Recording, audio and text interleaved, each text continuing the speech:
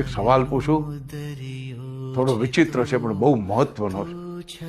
તમે તમારા બાપાને છેલ્લો સ્પર્શ ક્યારે કરેલો? સ્પર્શ ક્યારે તમે તમારા બાપાનો હાથ આમ હાથમાં લીધો હોય, કે એમને ગળે વળગાડ્યા હોય, કે શાંતિથી એ ડોસાની પીઠ પર હાથ ફેર્યો? યાદ આવે તમને છેલ્લે ક્યારે? ઇન્સ્પેક્ટર, આ બધી નાની નાની નહીં વાતો. નહીં નહીં બેન, નહીં. આ નાની વાત નથી. તમને આ ઉંમરે લાગશે, પણ હું તમને કહું, આ નાની વાત નથી.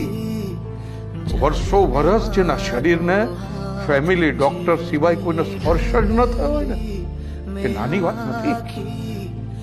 પોતાના સંતાનોનો સ્પર્શ નહીં, પોતાના સ્વજનોનો સ્પર્શ સુદ્ધાંત નાની વાત.